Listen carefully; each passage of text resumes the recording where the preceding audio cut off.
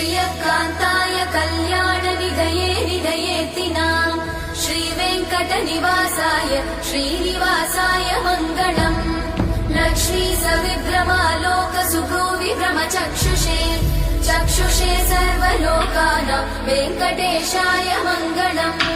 श्रीवेङ्कटाद्रिशृङ्गाग्रमङ्गलाभरणाङ्गये मङ्गलानां निवासाय श्रीनिवासाय मङ्गलम्।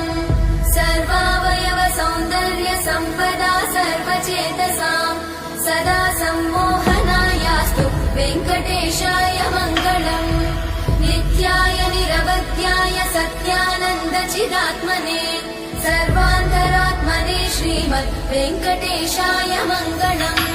स्वतः सर्वविदे सर्वशक्तये सर्वशेषिणे सुलभाय सुशीलाय वेङ्कटेशाय